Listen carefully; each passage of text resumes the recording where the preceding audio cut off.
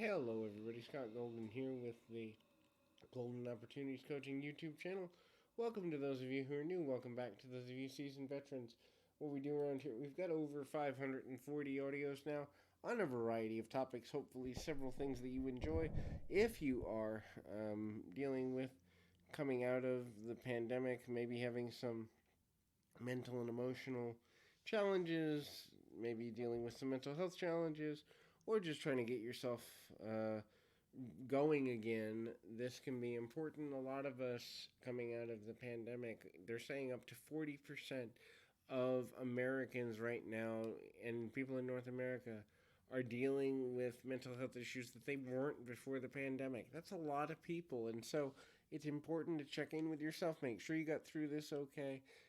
I know that many people will never be the same after going through something like this. The last time we went through this was 100 years ago. We certainly did not know nearly as much about mental health then as we do now. If you're looking to get back on your feet, though, I'd love to be of assistance to you in a coaching paradigm. While I can't diagnose a mental illness, I can certainly link you up with people who can. But more than that, I can be an accountability coach through the process of trying to get back on your feet in a way that you can manage your life again. So this is about lying to yourself, self-deception about mental health or emotional wellness issues. A lot of people do this because they're afraid to be weak. They're afraid to um, show weakness or insecurity. They feel they don't have support systems.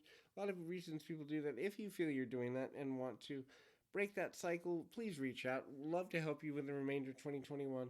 There's a couple ways you can reach me. One is through @POPerception on Twitter. The second is through the About Me section of this YouTube page. And in there is my website. Go there, check it out, and hopefully connect with me. And so the first is if you're physically sick when you're thinking about stressful situations, this could be something as simple as chronic migraines. This could be something simple as chronic pain. I can honestly say nearly 3 years ago now, I sent myself into a nursing facility and a uh, physical downward spiral that lasted almost a year and a half based on not taking proper care of myself. I had been running at both ends for a very long time, multiple years, and my body gave out. And if your body is starting to tell you, hey, you can't do this, you can tell yourself you can until the end of time, but sooner or later it'll come out in your mental health. Once it comes out there, it'll come out in volatile emotions. Once it comes out there and you're still ignoring it, it can come out in your physical body. And so it's really not worth it to lose your life over certain people, certain situations, expectations people place on you, or spreading yourself too thin. It's 100% not worth it. Would not recommend. And so if you're dealing with that, get some help with that, because you only get one life, and if you believe in multiple lives, you only remember the one you're in. And so you're really ready to trade it in on account of people asking too much from you.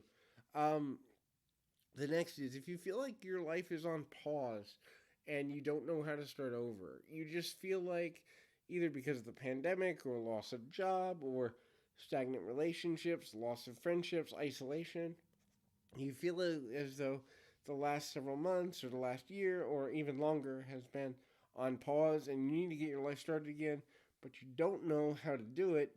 That's a sign that you might want to look at getting some help. Finding that spark is something we can often do by ourselves, but not always. And so if you need some help to find your why, if you need some help to kind of reset, it's a good idea to reach out and build a team of people who are going to support you through that emotional jumper cables stage of life so you can get to a healthy and meaningful place.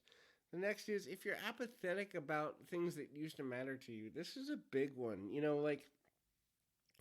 A lot of people, their hobbies or their interests or their favorite music or theater or the things they're really interested in or career goals or whatever will get them through.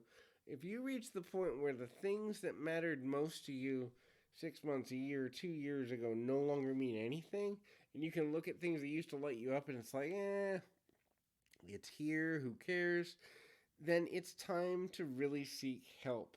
What that means is the coping mechanisms you've been using are things that have lost their luster, lost their shine. And it's so interesting when I finally did the self care to get where I needed to be, which really was about a 3 to 4 month period of my life.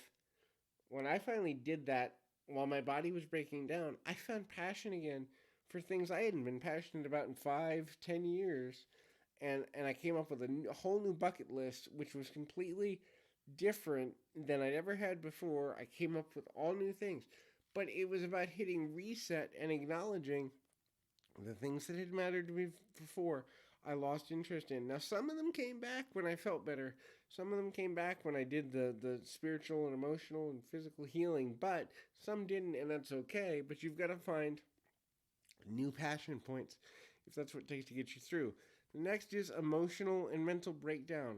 So sometimes we get to the point where I just can't anymore. And I think the biggest crime that happens in our society, and this may be controversial, but when we have people who snap out and commit tragic shootings like school shootings or public shootings or public acts of violence, domestic violence, just people that snap, I think the biggest thing is they have reached a point days, weeks, months, sometimes years before where they couldn't handle anymore. And somebody around them, probably many people, have heard them say this. And we don't have a structure in Western culture to create what to do with people when that happens.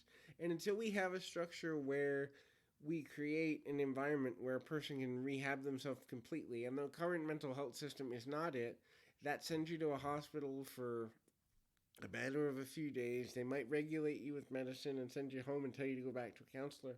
I'm talking about a much more invasive program, something between 3 months and 2 years, where you literally reset your life. And my argument would be that whether we privately fund it, whether we medically fund it with certain medical programs, grants, or other things, I think it's much, much cheaper than dealing with people who are in the prison system for years for committing crimes on and off, or worse, the emotional toll of loss of life. Is it a program we currently have? No.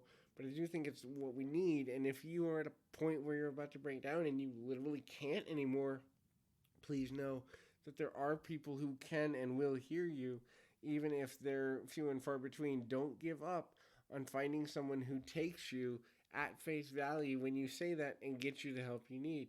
The next is emotional regulation. So this is you're always having negative emotional experiences. You're sad, you're angry, you're despondent, you're depressed, you're afraid, you're scared, and you never give it an outlet. It's just there, and it's always under the surface, and it's festering, and it's not getting better.